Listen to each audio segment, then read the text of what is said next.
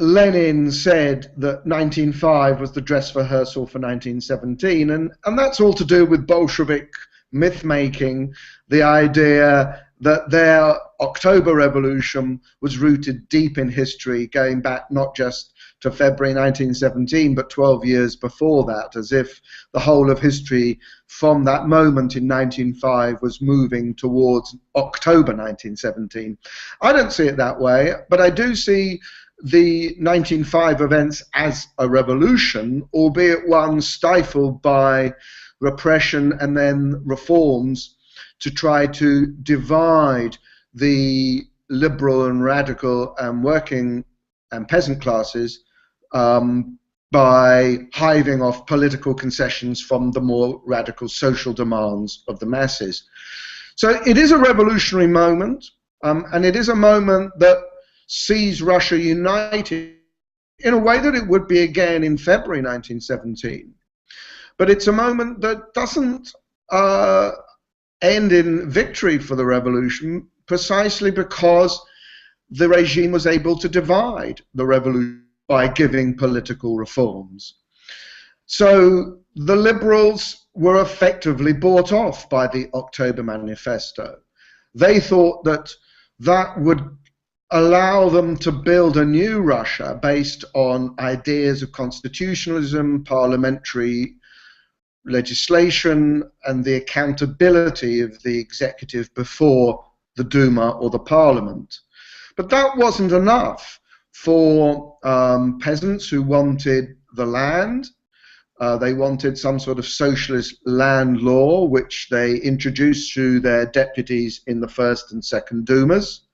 a land law the regime was never going to allow. And it wasn't enough for workers either, who also had the bit between their teeth. And in the most radical city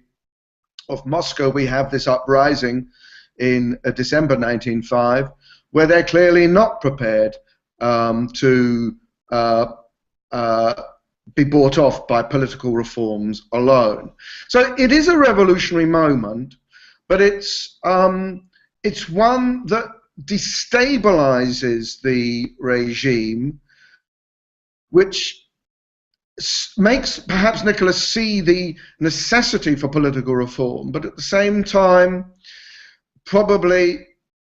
increases his determination not to let reform get too far out of hand. And so once these initial reforms of 1906-7 are granted, the possibility of reform to work in the long run I see is actually reduced by 1905, precisely because of what we were discussing before, that it's very difficult in any authoritarian but unstable system to stabilize through reform,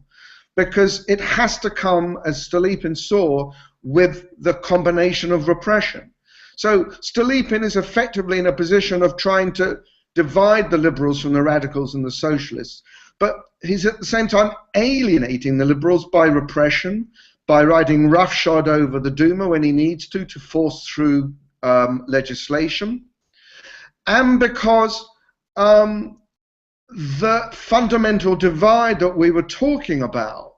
between peasants wanting land and the gentry through united nobility trying to prevent a socialist land bill being introduced, that fundamental divide is probably irreconcilable and can't be resolved through any parliamentary means.